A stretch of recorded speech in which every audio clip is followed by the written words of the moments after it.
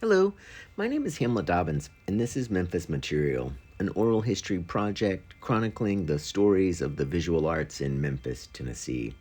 Memphis Material is a podcast celebrating the personal histories, the intimate stories, and the studio practices of some of the people who help shape the creative landscape of our city.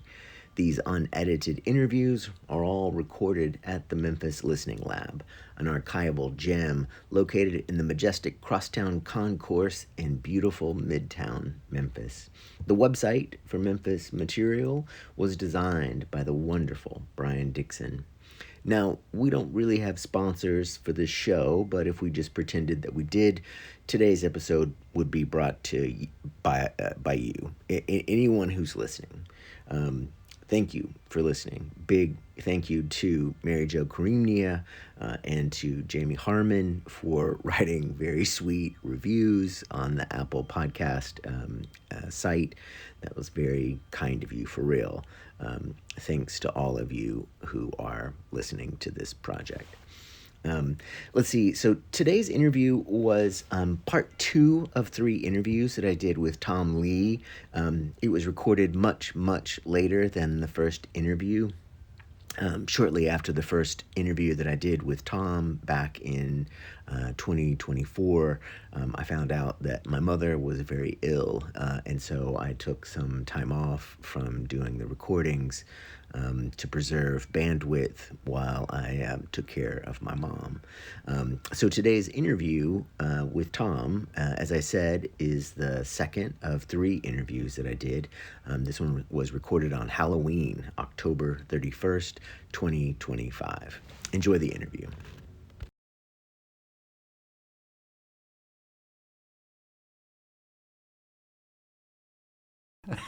All right, today is Halloween, October 31st, Yeah, well, 2025. We're here for part two with Tom Lee. Okay, Tom, so last time we got up until maybe right at your senior year at Montana. And we were talking about the kind of work you were making when you were there. Will you talk to me a little bit? Did you guys have like a senior exhibition or nope, something like that? nope. We had nothing. They had scheduled, kind of academic shows in the gallery, and then visiting artists. But there were no BFA shows. There were MFA shows, of course, but no BFA shows. So um, I had to I had to find my own. So I mean, I didn't have to. There was no requirement, but I thought, man, I wanted to do a show. I did all this work, and so it was in the atrium of the library, which was full of plants, and then you got all these kind of linear wire sculptures that are brightly painted in amongst them. It was beautiful. I thought it was beautiful, but I don't think anybody else ever did that. Ever went and got a show anywhere. But you were No. thinking about it as this was like a body of work that you had Yeah, done in that last yeah, semester. yeah, Now, how were you thinking about it? I mean, you described it yeah. as these wire sculptures that were brightly painted. How were you thinking about the work? What were some concerns, some thoughts that you had in making it? Oh man, it's very early, isn't it? Let's see. It was all quarter-inch cold rolled steel, because I was very into that kind of aspect of materiality then, and I would bend most of it by hand, or I would lever it. Use different kinds of tools to get sharp curves, and they were all. It's the Greeley term. It was all kind of cartoony, figurative, real kind of simplified figures. Some of them based on art historical paintings, just to have fun. But once I learned how to do a minimal amount of welding and to do these wire things, I could make them really big, and then I could move them myself, or I could take them apart and then put them together different ways. And it was a really fast way of making work. I only painted them. I didn't paint them, the correct way. I just painted them with acrylic. Um, but if you shot them up against a black background, they look like neon, and I love that about them. Now you were saying that you were sort of making some art historical references to some painting. Yeah. Who were some people, or what were some Well, things you were thinking about? Chagall was the main one, because it's way too many words to have to say to explain that. But it was one in particular, the one where I think it's his wife, and she's kind of airborne, and she's got her head twisted back, and they're kissing each other, and I know it's kind of schmaltzy, but I just think it's a beautiful painting and a beautiful kind of sentiment about relationships. So the piece that I built based on that was really kind of cantilevered, since it was just the two figures together, and just the way it kind of operated spatially. I just thought that was really really exciting for me to do that. No, I listened to our interview this morning from a year and a half ago, and I don't remember you talking about Chagall before. Was he somebody that was No, no? no. I didn't look at artists back then. Well, I know, but then you pulled out this Chagall reference, and I was like, well, okay, Chagall, huh? Because I gotta sound smart this time. Okay, it's been okay. so long since we met that yeah, I don't want to disappoint you. Well, I mean, I also like Chagall, and I also like those paintings that he was making. Yeah. Now, when you were making these pieces and you were making these references, I mean, obviously a lot of what you're talking about is a kind of like physicality and bending and building and moving, and then also this combination of like the way the art also interacted with the rest of the world. And like when I think about your work, I think about how your work sort of sets up these little passages where there are these interactions with the real world, either the real world or the real world that you make. And so was that something that you had been thinking about when you were making these pieces, how they might live and not in a white cube? Well, I never liked the idea of the white cube. It's an artifice that we were given to make money, basically. But I've always been interested in what we call installation, which I've been looking for a different word for 50 years, and I'm pretty sure there's probably not one, but I hate that word because it's like, you install a painting. All these posters in here have been installed. So you could justify it as that, and then read it through the lens of aesthetic, whatever, and so I didn't like that. I liked thinking about things in a transparent way, two different things existing in the same reality, but one of them was totally real and the other one is totally made up, or it becomes like a dream world that kind of made up. But yeah, where's the line between those two things? And so you were there in Montana, and when you finished with school, what was the trajectory? What were you kind of thinking about after you finished? I was thinking about grad school. There was a potter that worked there. He built his own hydraulic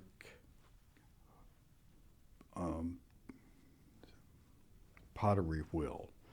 He kept all the hydraulics in one room, and it was before electric wheels, I'm assuming, or before that they were quiet. So it was totally quiet, and he grew these great gardens in his backyard. And anyway, for some reason, he was friends with a professor from not Carbondale, the one in Edwardsville, Indiana, the university there. And so someone suggested that I talk to him, about meet him, and in line with getting into grad school and everything. So we had a really nice dinner and a nice conversation, and he invited me to come by and visit, and at Edwardsville. So that was the trajectory. And then over the course of time, I did go by there shortly after we left Montana. And I had found out that when I liked the place, I actually met Bert Sharp there, and I met, he taught sculpture over in Little Rock. They were in grad school there. Anyway, the week before I got there, one of the people who was working on his MFA show was electrocuted on a piece of their equipment and died. Oh my God. And one of them found him, frozen to this vacuform machine because his key had hit somehow and grounded it. Anyway, man, oh man. That kind of put a damper on my ambitions, and I thought, I'm going to have to think about this. This sounds like some really bad karma or, something. So moved back to Mississippi, and then actually moved to Carbondale thinking I would go there, and met, oh God, what's his name? Tom Watkins, maybe. He was the head of sculpture there. They're very heavy metal there. That's what they do, and it's very macho. So I met him at a restaurant, and he's kind of flipping through my slides and everything. Yeah. This looks good. Blah blah blah blah blah. Yeah, come on in. And I thought, well, this guy's kind of a dick. I don't know if I actually want to, work with the guy who's a dick. So then, for about a year, I kind of gave up, on the idea of even going to grad school. And then my spouse at the time wanted to work on, get a degree in library science at Ole Miss.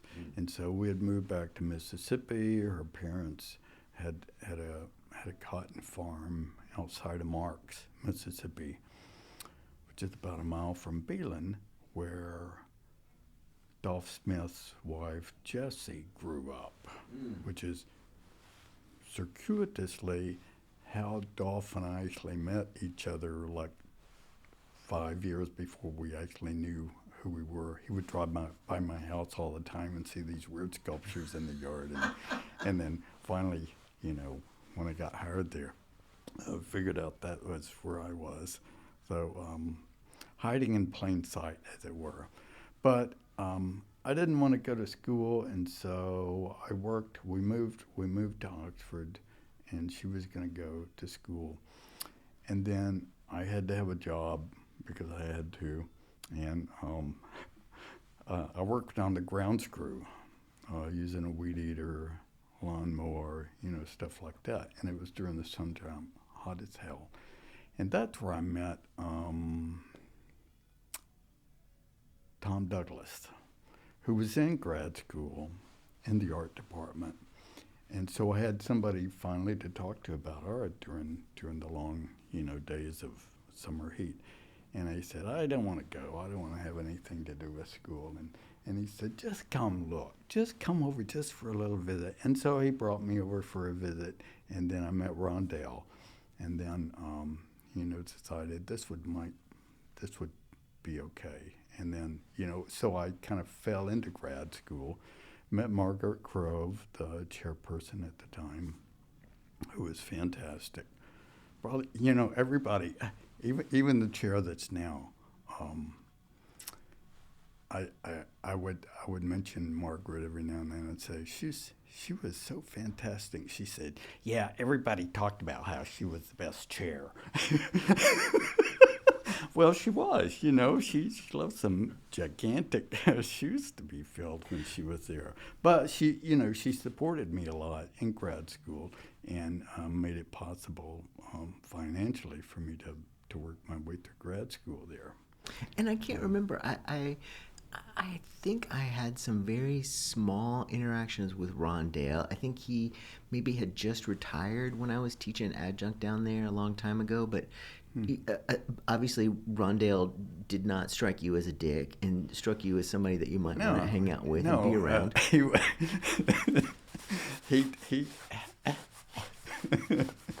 I really love Rondell, and so I joke about him a lot. Um, but it was only his second year there, I think. I was his first grad student, Okay. and so he didn't know what he was doing. And so I may have taken advantage of his hospitality and, and been the biggest pain in the ass that he had since then. So I was his, yeah, he was my number one, and I was his number one. He wasn't my advisor at first. I was first studying, in sculpture with Charles Gross, who was he was a WW2 vet, I think, because he had the burr haircut. All those guys, they never gave up on that. And it was about as big as this sound room. Made atrocious work. Um, could draw, passably well, but he cast aluminum into these ugly things, and his entire intro to sculpture class had them carving limestone by hand, and wanted me to take over that class, and I politely declined, and then switched advisors, and then started studying clay. Learned everything I could about clay, and did clay stuff for until about 6 months before I got out. Now, what was it about Ron that struck you as like a kindred spirit or somebody that you'd Oh, be he able was to like work me. with? He was a vet. He had been to Vietnam, and it had fucked him up, appropriately well. I was never in Vietnam. I was a pretend vet. Um, but he just had such passion in what he was doing, and he was serious. He's only a few years older than I am, so we were close enough in age. It wasn't like an older brother or something. It was someone that I could be whatever they call it, a colleague with, or kind of a peer. He did all these sculptures where he incorporated shadows, and so I had done this wood carving of a chair before any of this started, and I had it in my studio. And he walks in and he looks at this carving of a chair with his shadow, and he says, "Fuck." Because I had pre-stolen his thing that he was doing, so we had this friendly competition all the time too. So then, after a while, he was doing a lot of stuff in wood, and I was doing a lot of stuff in clay. And I think partly he only did clay because that's what he was teaching, and and he was really good. He was really really amazing. I've got some of his utilitarian wear, and he's really great at that. And the art stuff, he's really great at that. But he did a lot of, he made them look like they weren't supposed to look, as sculptural pieces. Um, Pots and cups that were squashed. So you knew that you couldn't use them because they were just meant to be looked at and, interacted with on a different level. But yeah, we had a lot of good conversations. I learned a lot about music from him. He had really good musical taste, and Like what about music?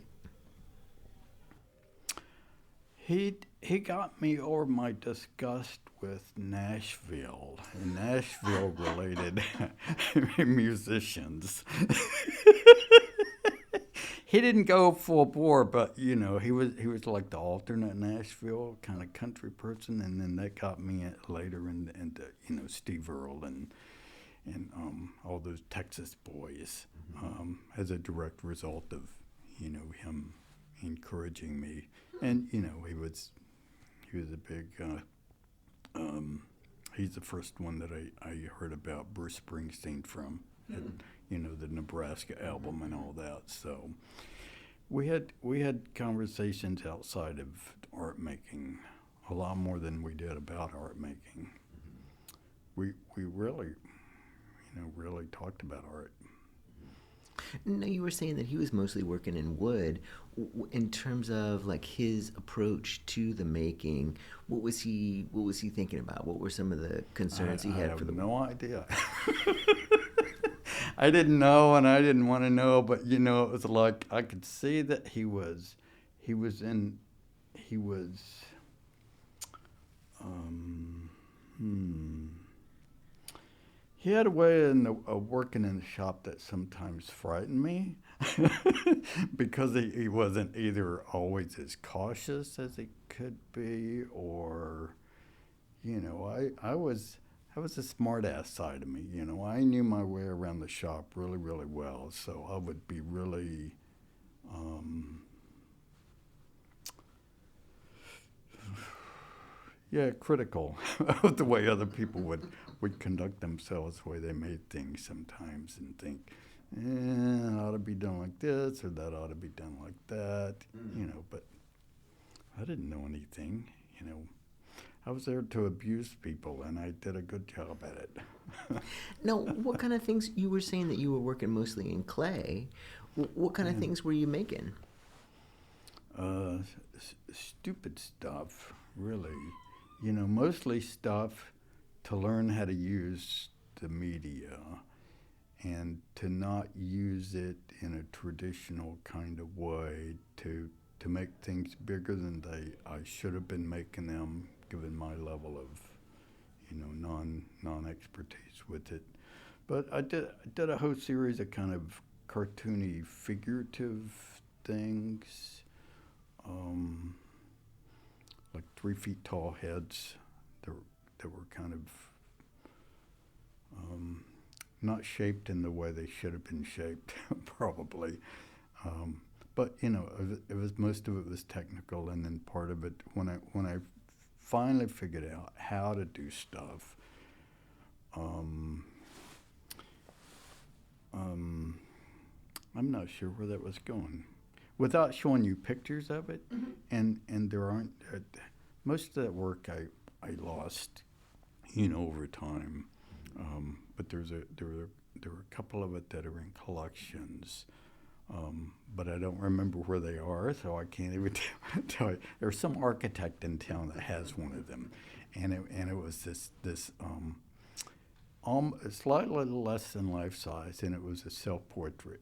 It was me as a young man whistling with my arm around a dog, wearing a baseball cap, which was my uniform at the time, and I had made the plinths for it also, and they were shaped. They were not like regular. They were like a tabletop, but then had this kind of steely shape in the middle of it, with the bottom a larger bottom, flat bottom on it, and then those were all painted up, and they were. I did a group of either 5 or 6 like that, and they were thematically related. They came out of a story about me losing a dog to a hot rodder on the highway who was driving too fast. And I heard him hit the dog, and I heard him screech off. And anyway, so I made up this story based on that. And it involved my parents as a couple that I made with their arms around each other, and my brother, who was wearing an Air Force uniform because he was home from the Air Force at the time, and then myself, and then one other dog. Um, yeah. Anyway, it was fun. It was my first thesis. I wrote a thesis on that. Um, Not actually inventing everything, but it was kind of was. And then I had like 2 months left, and I thought, that's time enough to make a new show. And so I did. And so I didn't show any of the ceramics at all. It was all wood and tar paper and other bits, a little bit of cast aluminum just to poke the finger in the eye of of the guy. Um, and then these gigantic, all of it had shadows on the floor made out of black tar paper. And I should show you a picture sometime. It was called Attack of the Fish Shirt, and it was the first installation that I did. Although it's basically a freestanding piece, and it was just open. It was called Attack of the Fish Shirt, and it had this about 6.5 foot tall character in it that was all chainsawed, and his hands are raised up like he's being attacked, and his eyes are all bulging, and his shirt is all cut open, and he's got all these metallic fish coming through, and I'd built this outline of this room, which was like a house, and I had a screaming woman out of wood in one of them, the now X, and a table with another barking dog on top of it. No, the barking dog.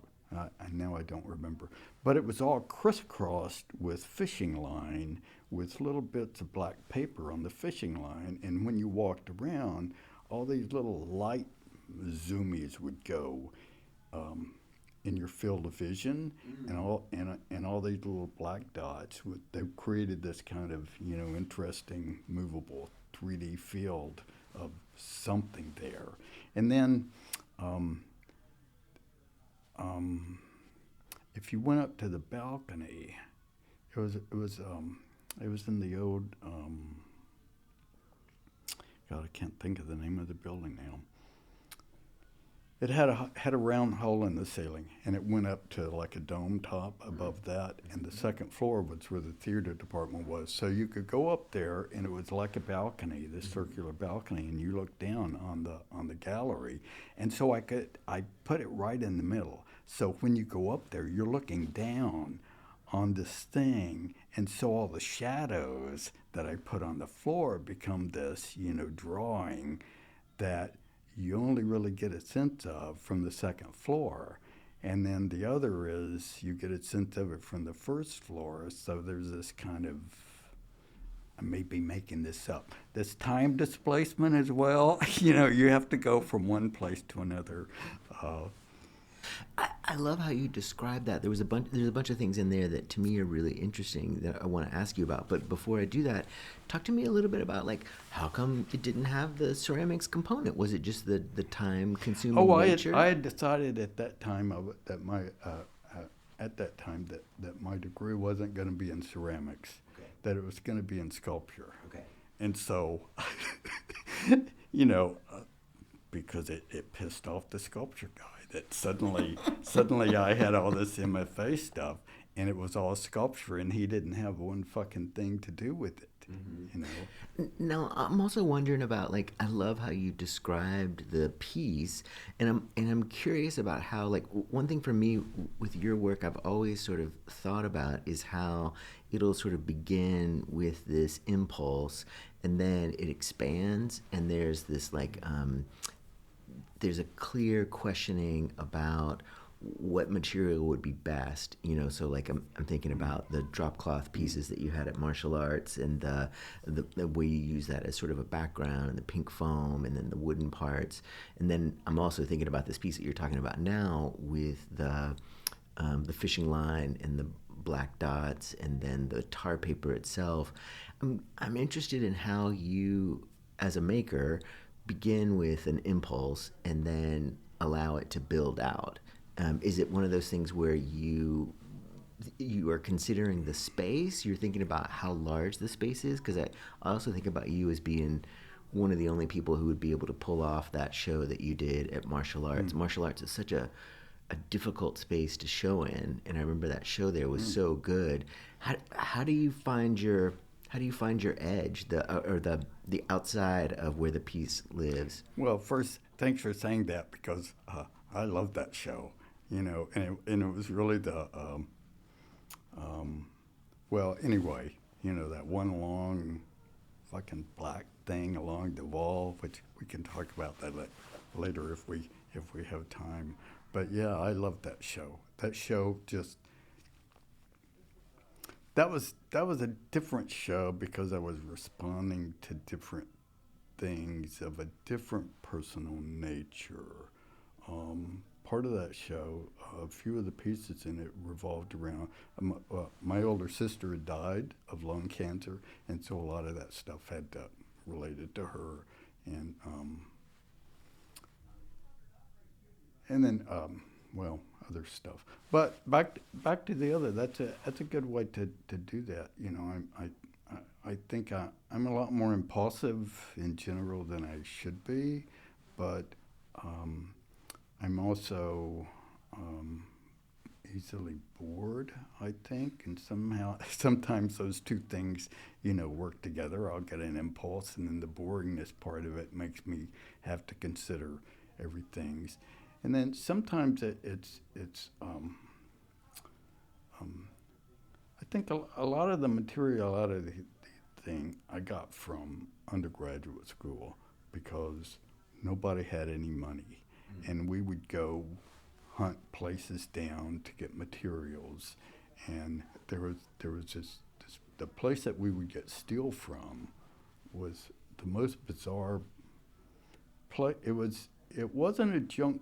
I don't even know what it was. That's the only reason we went there to get that, and we would get scrap aluminum for casting at the same place. So it was kind of a run of the mill thing. But during some part of the year, they would have these huge pallets that would have animal hides that someone had collected and put there.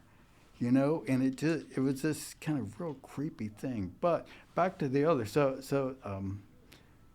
Yeah, we had to find materials wherever we could find, so that kind of opened up the possibilities of what you could use, and the professors that I had, well, the whole art department, was really supportive of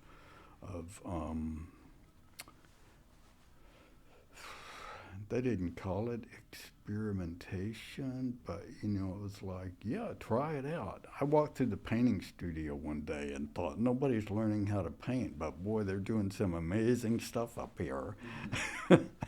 Somebody working on window screen with paint sticks, the oil sticks that were from the cattle,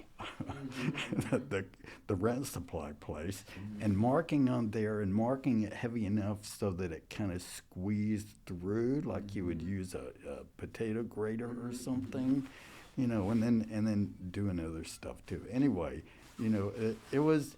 I think it was a golden time there to be in school for me. The kind of people that were in school who were just trying things they probably shouldn't have tried because it was a little bit, dangerous. That nobody would do now because nobody lets you have fun anymore.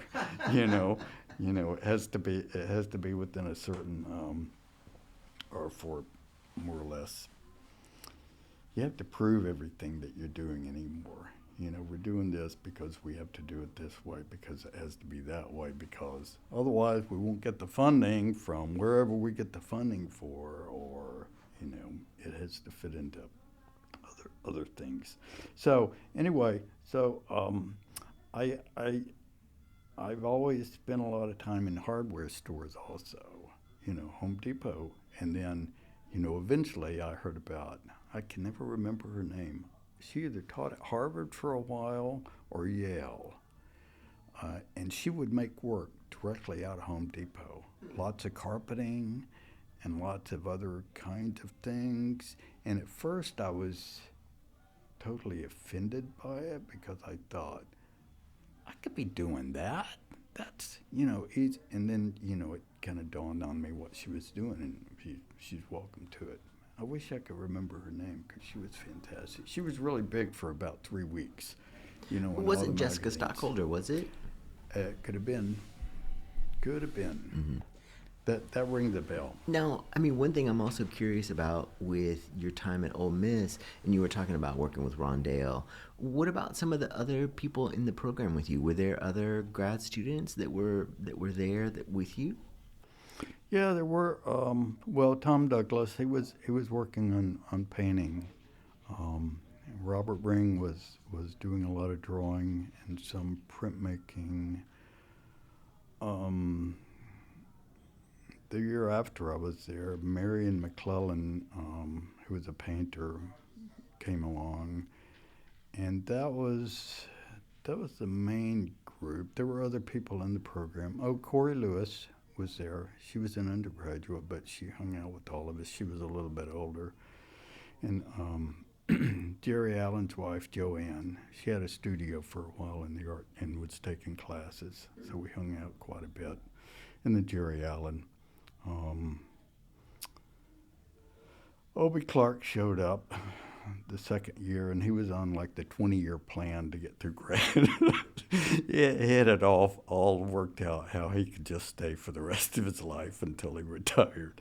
So, do you know him? Oh, ceramics guy. He lives down in Taylor, Mississippi, from Laurel, Mississippi originally. Really funny, really funny. If you get my drift, yeah. Like all the time.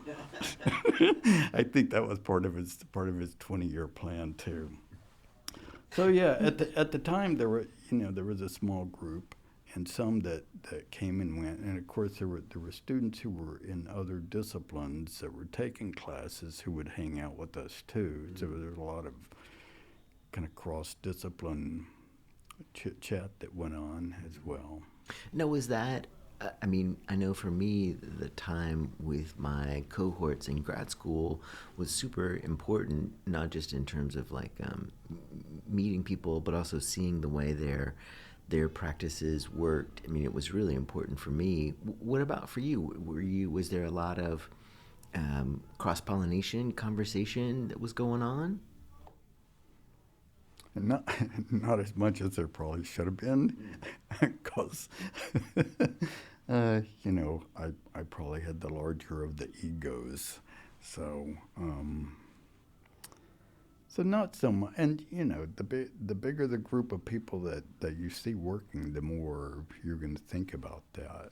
My studio was in the basement, and that's where ceramics was, and that's where several of the other people. But there were studios on the other part of campus over in Oak Hill, and I would hardly ever go over there because you had to walk all the way across the front yard to get there, and it was a pain in the butt to do that. So there were a lot of people I just didn't interact with because the department was spread out at the time. Mm-hmm. Now, where are we in time? Are we in like the late 1970s at this point? That would have been, let's see. Man, 82. Oh, okay. Yeah. Now, what was Oxford, what was University of Mississippi like in 82? A lot like it seems to be turning into now, with becoming more conservative. It was very conservative at the time. We all felt like we were the only thing, keeping civilization going. But there was a lot of that stuff I just never paid attention to at the time because, it's Mississippi. Mm-hmm. It literally lives in the 50s, if that. Anyway, and there wasn't really that. Now they have the what's it called? The Ford Center, and they bring in a lot of good I don't think they had much back then. They had the chapel. I don't remember what it was called, but it was next door, I think, to the art department at the time, where they would do concerts. But man, that place, it must have held like 200 people is all. So when there was stuff, there wasn't a lot of room for things to happen. It was still everything football and everything basketball. So. Now, what about, also for me, the time in grad school was also really expansive in terms of things that I was seeing, the kinds of art I was exposed to in terms of art history, but also in terms of contemporary work. How about for you? It just sounds so bad, doesn't it, to look back and and think how much it could have been better. The classes that I took, the contemporary sculpture class that I took, was, well, he's dead now, so I can mention him, I think. Tom, God, his name's gone out of my head. Tom Dewey, who was one of the people who actually started the Southern Graphics Council and was in charge of the archive for years and years and years until he got a little goofy and they took it away from him. But that's a whole other story. So he knew about contemporary work, but what we got in his class looked like it was, well, it wasn't very good. You know, it was. I think we got to see De Souvero, and that was about the only one that I knew. And then everybody at the time was copying De Souvero. You know, big outside macho work. So I never really got anything that was that interesting that way. I had to, you know, fall into that by myself after a while. I probably saw more ceramic stuff than anything. You know, Rondell was good about that. I mean, Viola Frey, he's the one who told me about her. Do you know her? Oh, she taught at Kansas. No, she taught at San Francisco. CCAC, is it out there? Anyway, she did these gigantic, like 11 feet tall, figurative sculptures, all ceramic, all by herself, all fired by herself, and these thick, juicy, painterly glazes. I mean, she's like one of the rock stars in the art world. You know, probably still. She had a show at the Whitney that I saw that was in a tiny room, and it was like these 6 figures, I think. And it's a smallish room, and there's these, and they're all like, you know, 11, 12 feet tall, and it's 6 of them, and she did them in kind of this half circle facing the door, and they're all kind of leaned over a little bit. And so when you walk in, you're just kind of, yeah, it was kind of impressive, you know. And it was more than just that. Her attention to detail, the way she used the material, the way she really trusted the material, but would make it do things that it probably shouldn't have been doing also. Yeah. Now, if I remember right, Oxford is also sort of a town where people come to go to school and then sometimes they'll stick around. Was there an art community outside of the university that you were experiencing? No, not one that I knew. That was before Southside Gallery, and that was before. You know, I could be wrong, but I'm not remembering anything that there was any of that there. That was all later. That was all later because of, God, what was her name? Starts with an M. She was a photographer. Anyway, she started Southside, and kind of single-handedly brought the visual arts to Oxford. And then, you know, it is what it is now. Now, you mentioned at some point sort of writing and literature in the last meeting. Was that the literature and the storytelling? I mean, obviously that's Oxford is sort of where they grow that. Yeah. Was that a presence for you when you were there? Only because Barry Hanna, he ended up marrying the secretary of the art department while I was there. So I didn't get to know him well, but we had several different run-ins with each other. Okay. Can I say that? Yeah, of course. Yeah, he was an asshole. I'm sorry, you know, he was like, I mean, you know, a lot of people in that position probably would be. Actually, he reminded me a lot of John Buck. Similar kind of personality, outgoing, and would say anything that came into his head at any inappropriate time and think that that was an okay thing to do. But, I mean, he was pleasant and everything, but it was like, well, here we are. And that, you know, that's still the big game in Oxford is a literary thing. You know, it's still square books. They still have authors coming in, but so many people were there. I even think when I was living in the Delta, Richard Ford had bought a house. This is so bizarre to me. That wasn't that far from our house. That had at one point been owned by the governor, maybe in the past. It was strange, but you know, he was like Barry Hanna was big, but Richard Ford was like God, and the ego to match it. I mean, I don't know him, so I can say these things and get away with it. But you know, I read a lot of both of them. I read everything that I could get my hands on with both of them, so that I would basically be smarter than just looking at visual arts. You know, if that was a big thing that I needed to know about what that big thing was. Now, what about was there any or were there any trips to Memphis? I mean, I know that in 1982, I know Memphis is a good hour and a half away, but were there any trips to Memphis or any connections there?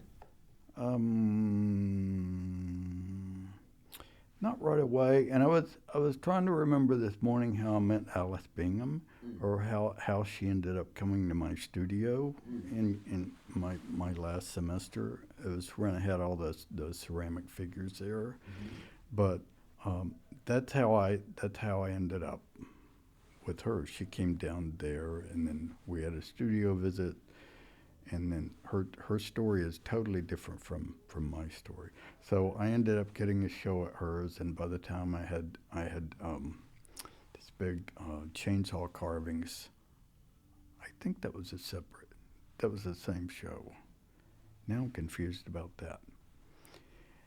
Anyway, she ended up giving me a show, and I had several shows there, and was in several group shows there, and that really kind of opened up everything, because at the time it was her and that was it. I mean, there was what's her name, Ross, the Ross Gallery. Okay. I think that was here, but that was really it. Don Labadie was the art writer at the time, and not it was before Frederick. I was doing all of that. So Alice set up. We got to go to her house and had this long interview with Donald, who was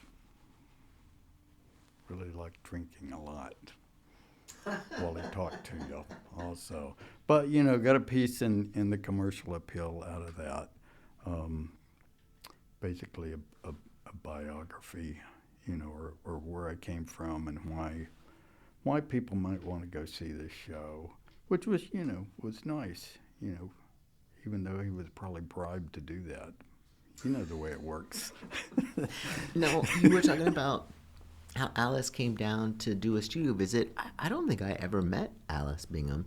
What was she like? She was fantastic. Yeah, she was the gallery version of Margaret Grove for me. Okay. You know, Margaret being really competent and knowing what she was doing, and was a force to be reckoned with. And Alice was the same way. You know, she was really passionate about art and about showing art and about artists and about supporting artists and all of that. But this was when her gallery was on in that little building. It became a restaurant later on Cooper Young. You know, not Cooper Young. Cooper. Is it Madison? Madison and Cooper? You know, where Right. TGI Fridays used to be on Yeah. the corner there. Yeah. Bosco's. Hers was catty corner from Bosco's. Okay. Yeah, it was really tiny, about as big as this. Okay. And, you know, exposed bricks everywhere. It was not a proper, like, you know, gallery. And I think that's where David worked for her. David Lusk first. And Lisa... I've forgotten her name. Kurtz. Lisa Kurtz. Where I met both of them while they were there, and then that's where I also met. Oh man. Nope, it's not coming to me. It'll come to me in a second. You know, it's like one of my best friends in Memphis. She ended up working at the college. It was her first time there. Kim Saunders. Oh, yeah. Yeah, who did amazing things for everybody. The Brooks did a lot of things for them, and yeah. That it was her first year there, and I remember the moment I met her, and I thought, man, she is perky, Big time, and then and really supportive and positive. yeah. And then, well, tell me about what was this first show at Alice Bingham like? Uh, I was, I mean, because that's a really different situation. I mean, that's a really different environment than having the atrium in the library. well, it's a totally different scene from Oxford. Oxford is like pretend culture, and Memphis is closer to being culture, and for that to be like the place, a lot of people wanted to have artwork there. Um, she knew a lot of the collectors. Um, she she she put she helped get my work into collectors' hands that I probably would have never met. Beyond that, um, Cheryl Bowen. I don't know if you know her. She and her husband, they were on the board for the college a long time. She has a lot to do with the heart auction in town, and she's really great too. She's an artist herself, but she's just really supportive also. But she bought one of the first things and still has it at her house and hasn't thrown it out. And yeah, so it was it helped me dip my toe into that whole aspect of it, being collected and then having shows and have them written about and blah blah blah blah blah and all that. And then suddenly that was over with, which I'd rather not go into that story, I think, because there were people who were implicated in not being nice. Nobody here in Memphis. It was the ex, actually. The ex decided that I needed to have a contract, and so she put people off from that. Anyway, that and other reasons, I kind of lost my interest in that whole aspect of it, the whole gallery thing, but I never lost my interest in actually having shows. So that's why I was more interested in getting either university shows or art center shows, or even the library. The library was a lot better at that time than having a gallery show and having to be responsible and think about how this is gonna affect somebody else's bottom line and all of that. Anyway, No. What kind of pieces were you making for that first show? that was that whole series of the, what did I call? Oh, I called it Dog Heaven. The dog died, was murdered, and went to heaven. So those pieces were there, and I think that's probably where I sold one of the pieces out of there, also to the architect, whoever he was. Seemed like a nice fellow. Yeah, that was there, and then I felt really excited that I could do such crazy looking stuff, and how people think that it was legitimate, because it didn't look like any other thing that you saw in Memphis anyway. Now, do you remember some of the other artists that Alice was showing? Would you come up for? Henry was there. Okay. Henry Eastwood. That's where I met him, actually, before I was teaching. After I got the job and before I was started teaching there. Now, what do you remember about his work?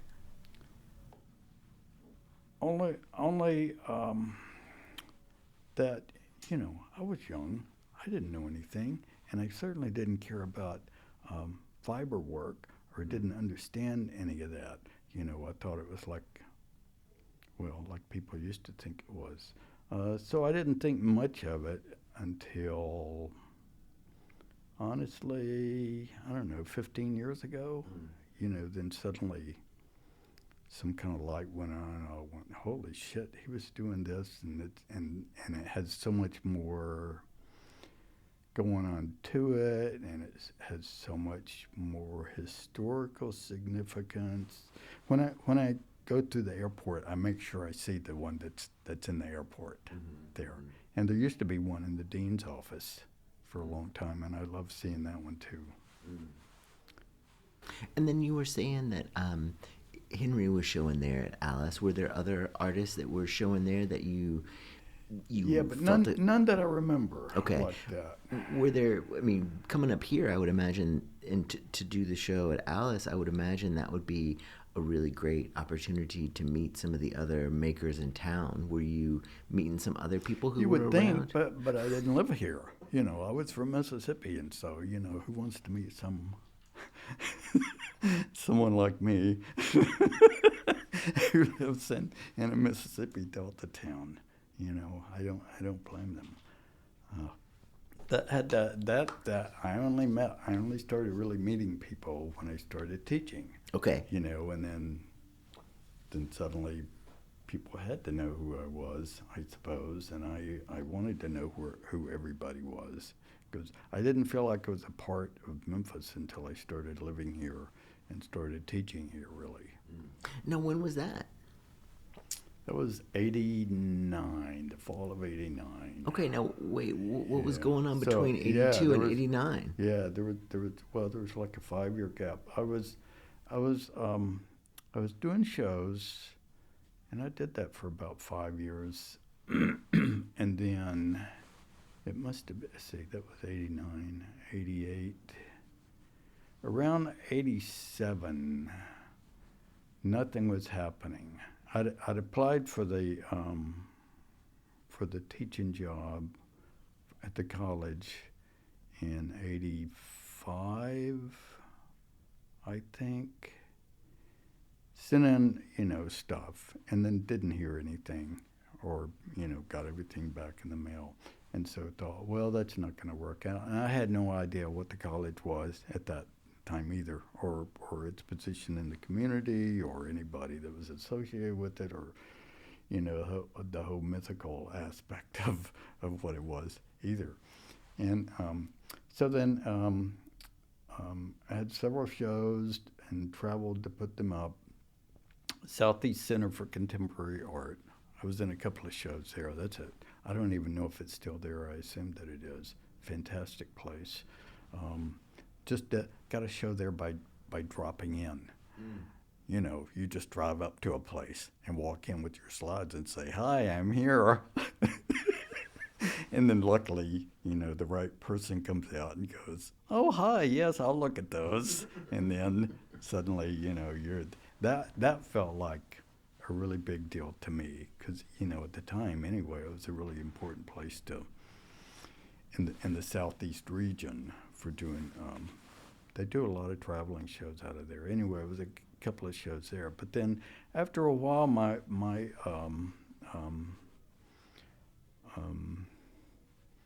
I don't want to say it seemed hopeless, because again, I was young, and everything seems hopeless when you're in your 30s and nothing is happening, and people don't realize how brilliant you are and all of that. So I had to get a job. I was a librarian's assistant, but actually I was the librarian at an elementary school. I just didn't have, the degrees, which meant that every day I got to read books to a young group of children, and by the time they were in the 4th grade, they were as big as I was, because I'm not that big. And so, it was a whole different peer relationship. And that worked for a year, and it was really depressing, and I was getting more depressed. And then I walked into work the next year and started having panic attacks, because I just didn't want to do that. Just didn't want to be there. And it was like, what is happening to me, and what's the point of all of this? So I was housebound for a year. I couldn't leave the house. It was like, and it was really panic attacks every few days, and then trying to deal with that, and I didn't know what was happening, and then in the middle of the summer of '89, I get a call from Phil Morris, and he said, "Hey, this position's open up again. It's been 5 years. 4 years, 5 years, something like that. He said, we have this job open again, and we're looking at your resume. Why don't you come in and talk to us? And so I drove up and probably acted a little bit more outgoing than I should have been. I mean, I was, still kind of freaking out at the time. But then did the interview with Vita and Henry and Phil. And Vita and Henry looked like they were on the edge of laughing the whole time. And I thought, either they really like me or they think I'm the biggest goof in the world. Well, at the end of the interview, they say, okay, well, when can you start this fall? Can you blah, blah, blah. And so they gave me the job, like right there. And then I met John Slorp, because I had to, and we talked about computers. And that's the other reason I got the job, because I knew about computers. You remember the Classic? You remember the original Classic before it was the Classic? I had one of those, and I had gotten it because there was a guy who came, whatever year that was that came out. He gave a talk at Ole Miss in the computer lab, which was a gigantic room with an IBM's, that's all we had to work on there. And there were 2 PCs in the room that nobody was allowed to use. And so there's another little room, and he gave the demo, and he turns it on, and there's the tennis shoe graphic of the tennis shoe. And it blew my mind. I went, holy shit, I don't know what this is, but I want to know what this is. Because it was so amazing, and just out of there were like 8 people in the room to see this demonstration of the thing that changed the world. The machine, really. Anyway, so I walk into John Slorp's office, and he's got one sitting there, and he says, you like computers? And I say, I got one of those at my house, at home. So we hit it off just because of that, which I think probably helped with the whole hiring thing also, which was, it was kind of magical. No, I don't think I know John Slorp. What did he do there? He was the president at the time. I forget who he followed. He was a big bear of a guy, big bushy hair, big bushy beard, big guy in general. He was a painter. He painted the front doors of the college, this big abstraction. I think I saw there was something in the commercial appeal. People thought it was too much, that was too wild and crazy. But, he did it anyway because he was the president and he wanted something nice on the front door instead of this battleship gray nothing of what it was. Man. But he ended up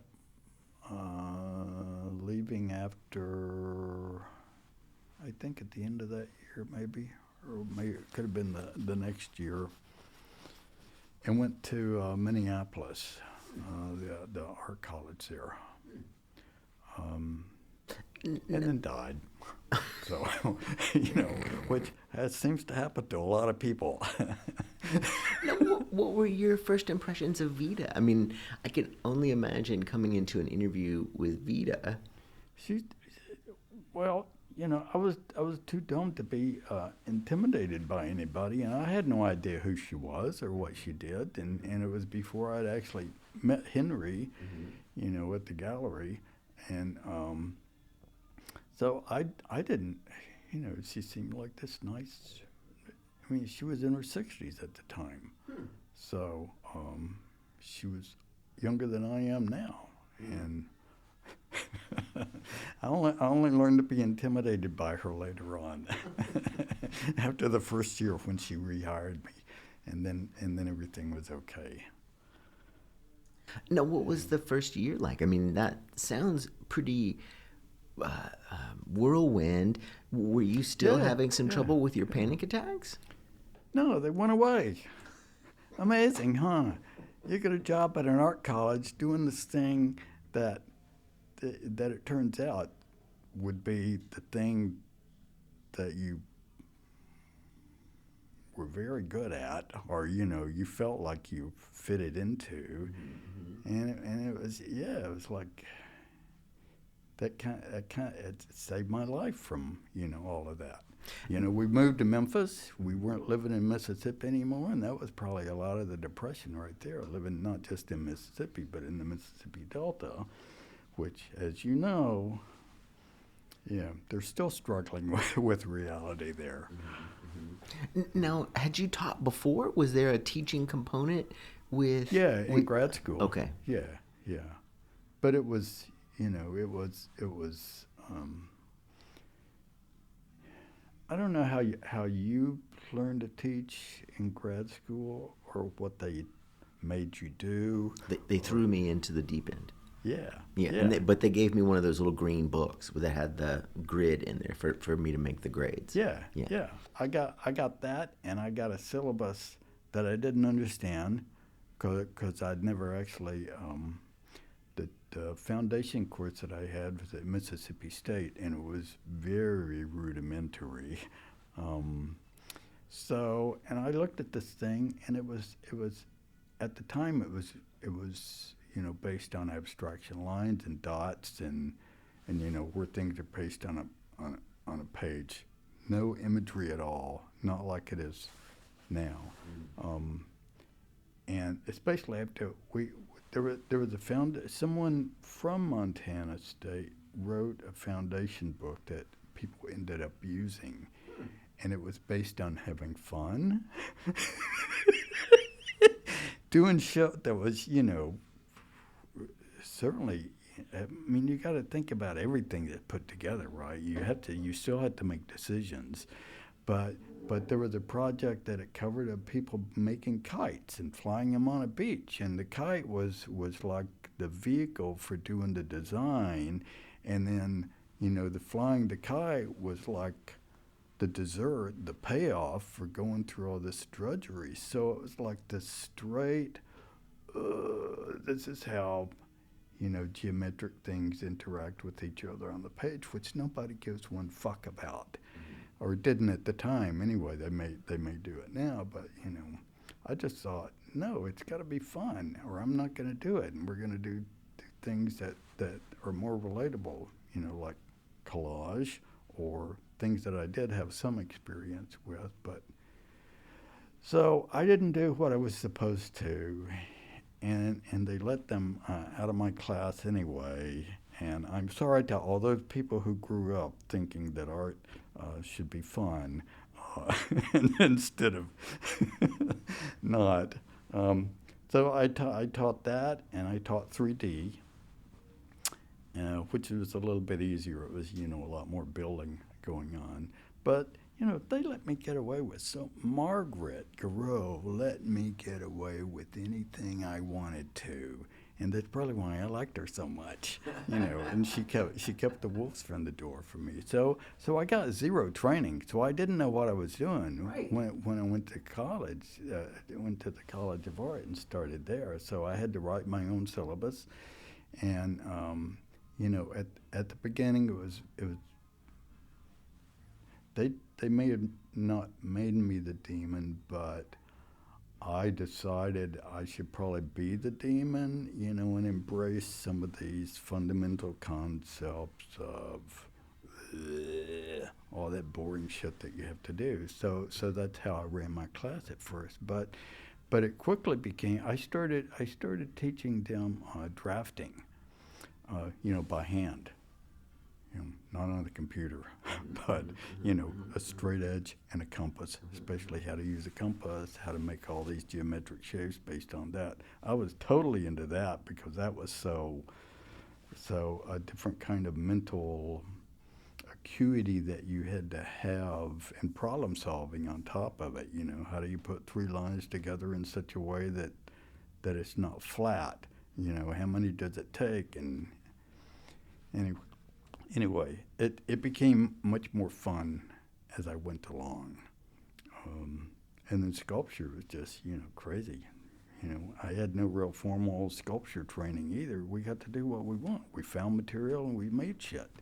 And that was basically it. And then suddenly I had this amazing shop Well, everybody said it was an amazing shop, so I'm going to lie and say that. We had this amazing wood shop that people would come from all across the country to see and never be able to use, but it was there. We had it amazing. There was a time when I wasn't allowed in the shop because the shop guy and I kind of had a falling out um, over safety things. Um, Now, were you and the other teachers like? Was it one of those situations where you would talk to your colleagues and they would sort of guide you along this new No, there path? was no guiding. I would talk to my colleagues, and they would say, and they would kind of roll their eyes or whatever. It was. I pretty. Remy was new there. He had Okay. only been there a year. Fred had only been there 2 years, and so they were my main contacts at the time. Mm. And boys club, and because foundation and drawing were both of their things, and I was interested enough in that they influenced me a lot that way, and it didn't last forever, but it was fun at the time. So they were my main. This is how you go about teaching in college, learning things. So, and how to be an asshole, but that was probably just a benefit on top of that. No, you were talking about Fred and Remy being there. I'm curious. I mean, both of those people are figures that sort of loom large in the history of MCA. I'm curious, what were your interactions with Remy like? What was he like at that time? I mean, was it one of those things where you guys recognized that you had sort of some things in common, or? Um, yeah, I don't really know how to answer that. We hung out because we were both interested in teaching and the effects that it had on people, and he got me more interested in the how the administrative side of college um, really drives everything, and it's not just the teacher in the classroom doing this really cool thing, and then that being um, the meaningful thing, which that's the only meaningful thing it is. Certainly I learned that pretty quickly on. But he was interested in that. Fred was interested in that, and so there was some time when I was there that there was the faculty need to have more power in the decisions that they make about what happens in the classroom. Mm. That's a nice way to put it. Mm. And so there was a lot of stuff that happened the first couple of years that I was happy to fall into because suddenly, I was needed, and then later it became, oh, that's a huge waste of my time. I think I'm going to pay a lot more attention in the classroom than I am outside of the classroom. Mm. Yeah. So I hope this isn't too long. So I was there the first year I was there. I think I had a 1-year contract. I'm not sure about the times. So John Slorp leaves, and then Jeff Neeson comes in. Mm. And when Jeff comes in, he hired Alonzo Davis to be the dean. And I didn't know either one of them. None of us knew them because everything was brand new. And so Alonzo got the blame for not rehiring me and not rehiring Elvis Key and not rehiring Lynn Gibson. Mm. And at the time, we had something like 180 students. I don't think it was pushing 200.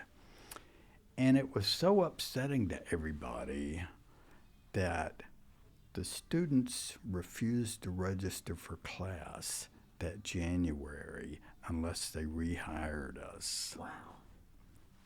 Yeah, at the time it was like, this shouldn't be happening. They should just tell us to fuck off, and things will calm down and they'll go away. But and part of the reason they did that was Fred and Remy got a lot of interest in the students, vis-a-vis. We can't let them just do this. Plus Lynn was really amazing.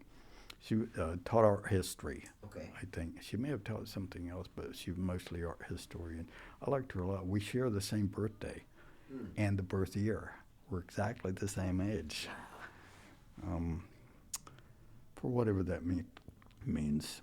So anyway, they rehired us, and then I got to stay after that. Then there was nothing left. But it was like living. It was like a what do they call that? A tempest in a teapot. It had no meaning for anybody outside of the school, but there was some trauma there that was happening, and it was a good introduction for Jeff.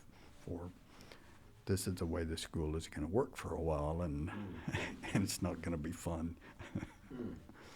And then you were saying that Lynn, what was Lynn's last name again? Gibson. Lynn Gibson. I don't think with a P. I don't remember. Okay. I don't think it's like the guitar. Okay. Well, and you were saying that she was a really good teacher. What was it that made her a good teacher and colleague? She was like Remy and Fred at the time, very engaged and very serious and very, gosh, she just loved teaching. I saw her lecture some, and she was just so into it and enthusiastic and almost, going and grabbing them out of the chair and shaking them. This is important or whatever. And yeah. And then what about working with Fred? I mean, he's another figure I think that looms large, no pun intended. Yeah, large, literally. I don't know. He was. I like Fred too.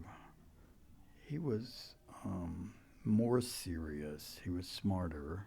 He was the smart one of the group, I think, because he made it his job to know everything about everything related to art. Knew about all the movements, all the people, especially the contemporary people. He knew how to keep up with contemporary people and tell people you need to look this up because blah, blah, blah. So I learned a lot from Fred about that. Not so much about teaching. Fred had an iron fist. Yeah. Now, you were saying that Vita was 60 by then. I mean, she stayed at the school for a long time. Did you have interactions with Vita in terms of how she taught? What it was that made her such a... Only just watching her students and watching how she interacted with students, and critique. When on the occasion it would be in a gallery somewhere. And she was like a rock. She was just steady. I mean, one of the things I hear people say a lot is that Vita met the students where they were. They were able, and I'm curious about how she interacted with the students. I mean, to me, Vita has always been sort of an enigma. She's very quiet and sort of very reserved, and I feel a great kinship there.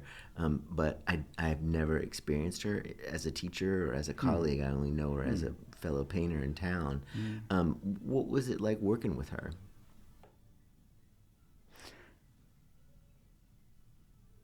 She wasn't different in any way. She was, that's why she was so rock solid. Getting to know her more as a friend over the years and develop a real deep respect for her and what she was doing and the way she saw the world. And then, her story, a little girl from Oklahoma comes to big city and then ends up staying here and being a big thing, in the town, and never losing that kind of part of her. She had zero ego as far as I could tell. She was willing to either that or she believed in jujitsu more than karate. One or the other. I have seen her mad. I saw her mad at me once, and I never wanted that to happen again. It was in a faculty meeting, so people were allowed to be mad at each other. But yeah, I learned a lot from her from a distance, and I learned more about being a human being from her than I did about teaching or anything else. Open that up a little bit. Talk to me a little bit about what you mean. Well, like you said, she met her students where they were. She met everybody where they were. She would.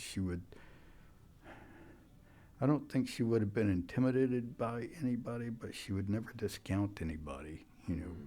Because why would you? You see where the conversation goes and see what you get out of it, and not try to prejudge or judge after that. Yeah, she was not judgmental about anything. I've been in several grad critique situations with her too, and it's the same way. Most people in grad critiques, they like to let other people know how smart they are. Yeah. So, yeah, she wasn't like that at all. She was a lot more foxy than that, Now, I'm curious, too. I mean, there's an aspect to, like, being a teacher in a cohort at an art school that's a little different, I think, than other occupations, in that there's also the work that's going on, in the studio. Was when you made that transition, I'm curious about how much you knew about Fred's work or Remy's work or Vita's work. Was there professional practice? Was that something that was on your radar? I'm not sure I know what that means. Well, I mean, I like, would only see their work at faculty shows. okay.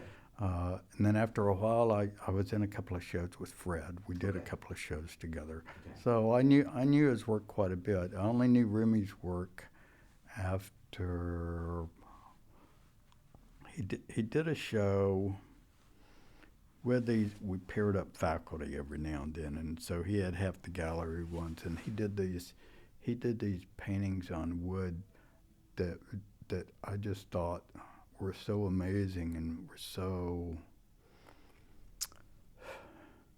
like three-dimensional canvases that were on the wall, but they were all constructed out of wood. They reminded me of so many different other kinds of artists, and they were so chunky. The paint that he used on them was just, 2 inches thick in some place and smeared. They were constructed paintings, and I responded to that and his sense of color that he had with them, and they were dark and moody and scary as hell, and not like the drawings that he did at all. These were like really, I thought, substantial. They were like real art when I looked at them, and I had a lot of respect for them. And that's time after that. I only saw Vita's work, her early kind of landscapes. I know she kept plucking along while she was teaching, but not like she worked when she retired.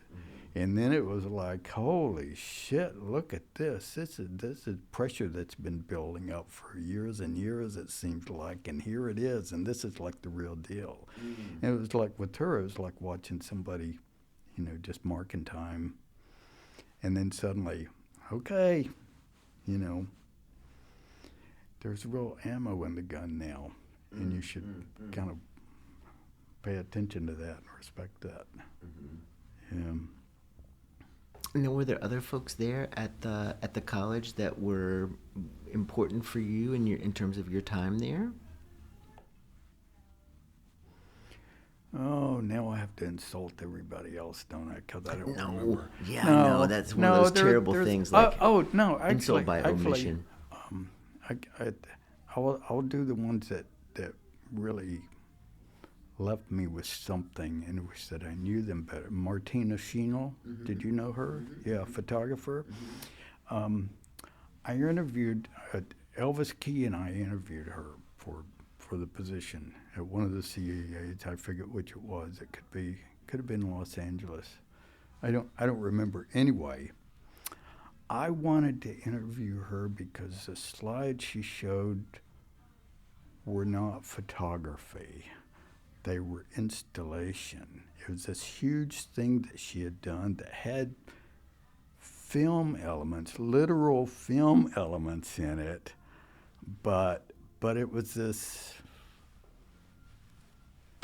I don't even know the right word to be. So it was as far as you can get from photography, and I thought this is what we need.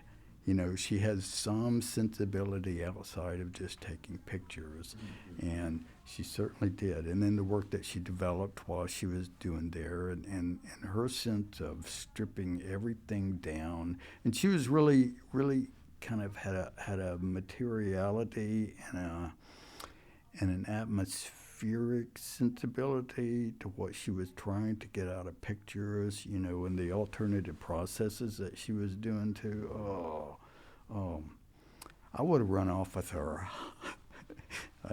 Sadly, probably wouldn't have worked out. But yeah, she was smart, and she just did amazing work. And she was not evaded with the students either.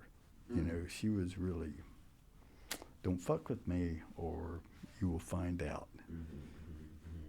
Although, really, despite that, some people are teachers a lot different than their personalities are outside of work.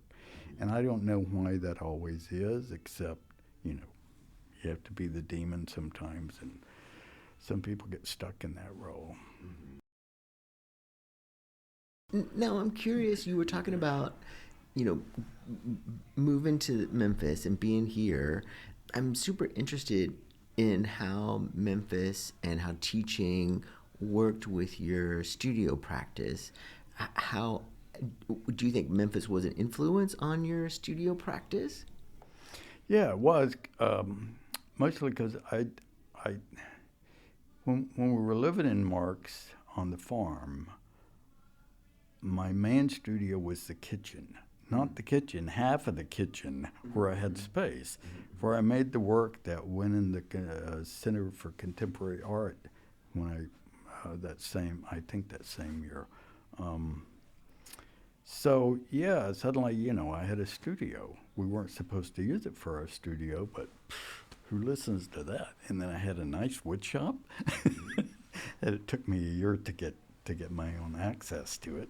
Um, but yeah, and then being around students that are just making shit all the time, and then that's they were my biggest influence. Not anybody in town that was making art or anything. I mean, there was the Greeley, of course.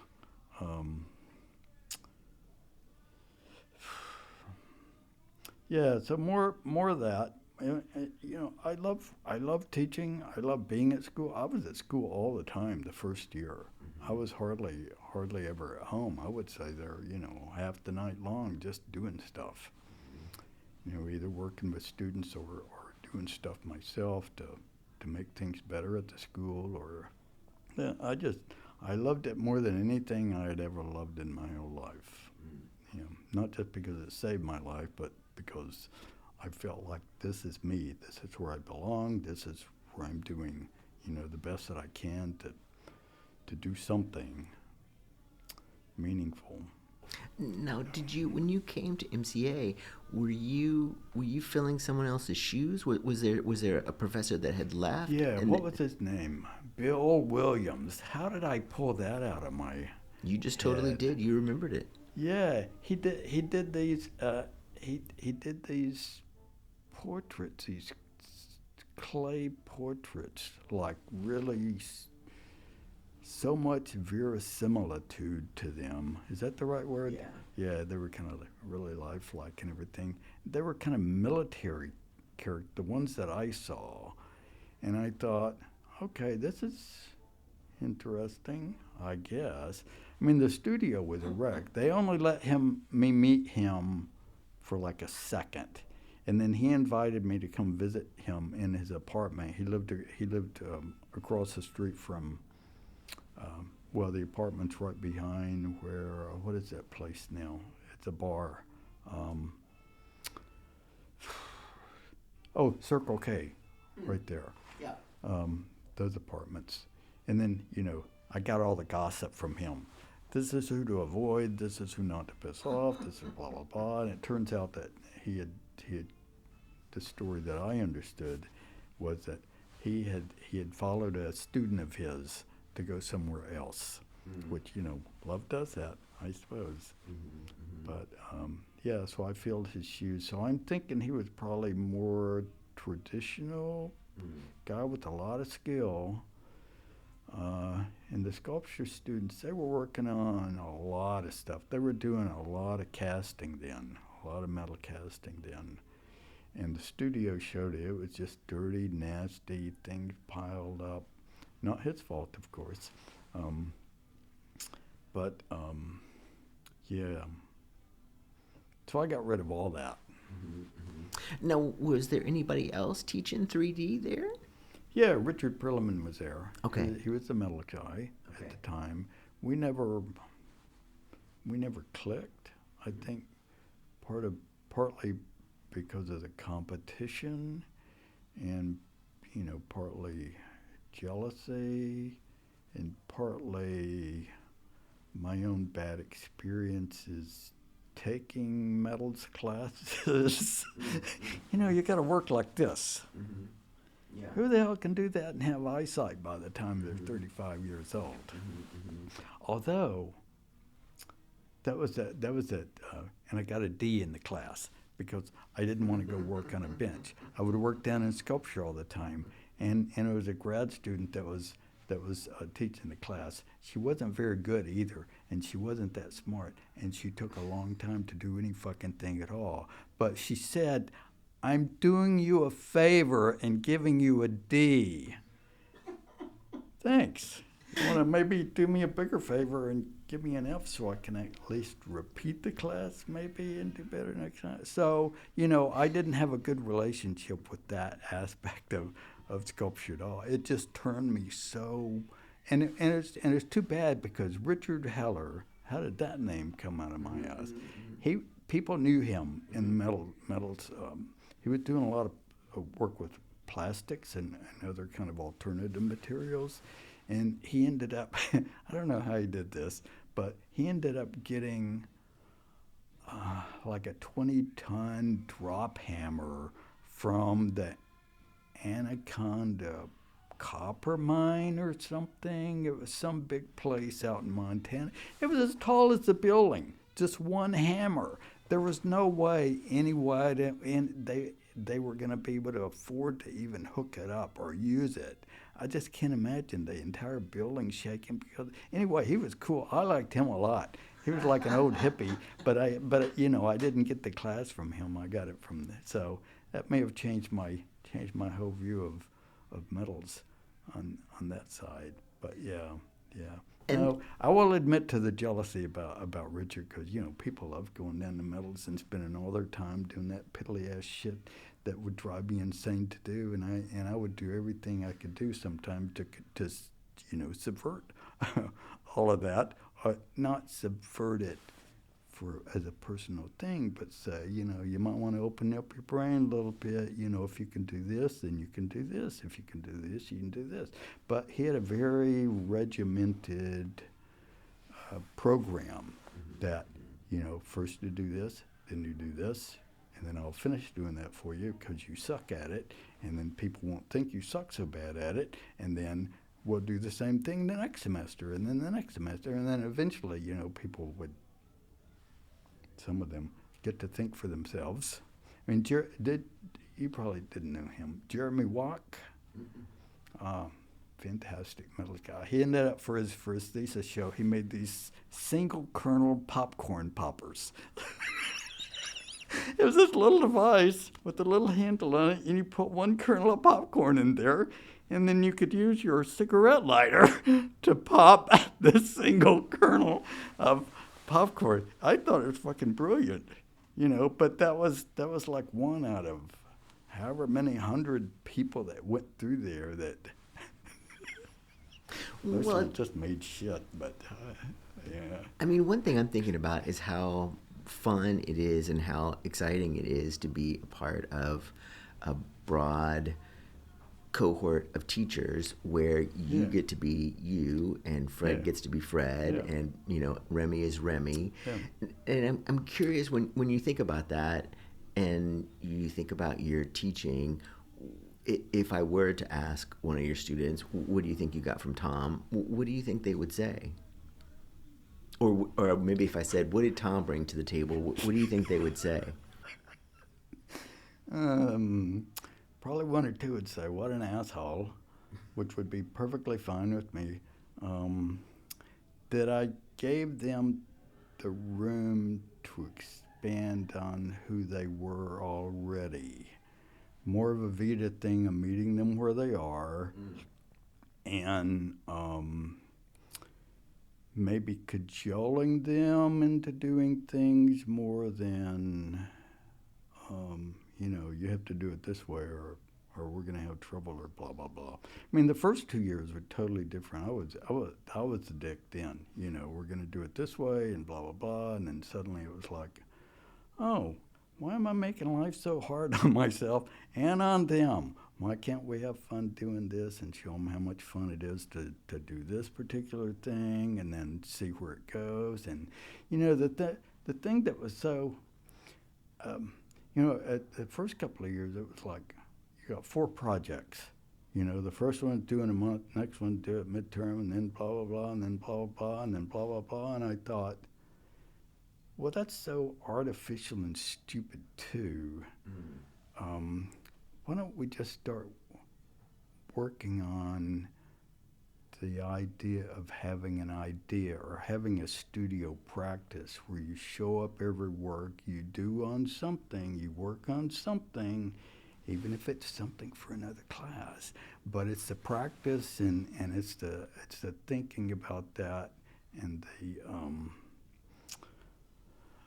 honesty about that, I suppose, I mean, the last 5 or 6 years, I started teaching knitting, mostly because, my guilt about Henry, and then them crushing the fibers department, and then Jennifer Sargent doing her best to still have a fibers program, but being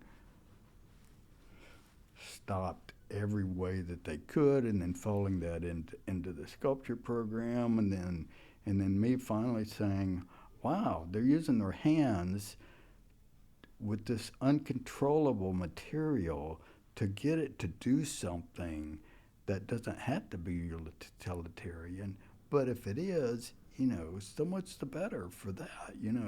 Who wouldn't want to wear some artwork around on their body just as well as having high ideas. I mean, there's the other end of fibers, which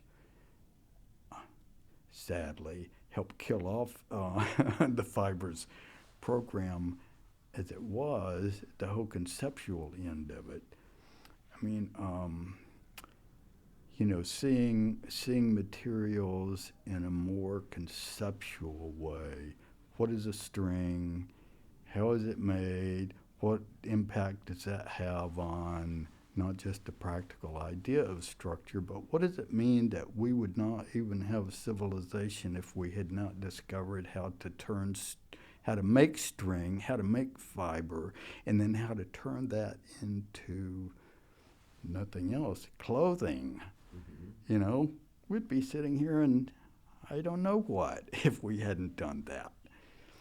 I just think it's such a primal thing. So I decided at the time, that's probably as deep as you can get. Sculpture isn't deep like that.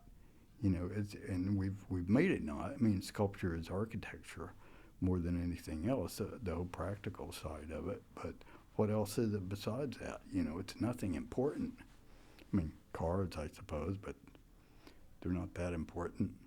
I don't know where I was going with that, except I got really excited about the whole fiber area and wanting it not to die and to have students have some sense of, because everybody related to it too.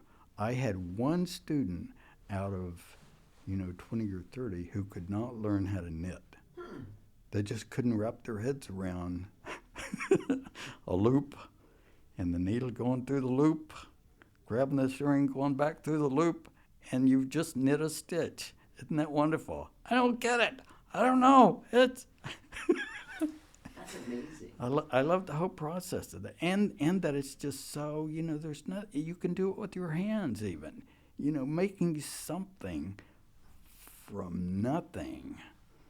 So that was my deep, and it still is my deep dive right now too. The prime, the some kind of primacy about where everything comes from, and then everything else is like drawing. I used to joke around with Sherry about what came first, printmaking or drawing, and she was saying, or printmaking or sculpture. And she would say, "Well, it's printmaking. Put your hand on the wall, blow the ink around it, and you got to print." I said, "No, you pick up mud and sticks and you make a little buffalo thing out of it. Which one's older?" "Well, I don't know." "Well, what do you get first? Do you get mud and sticks, or do you get a wall with?"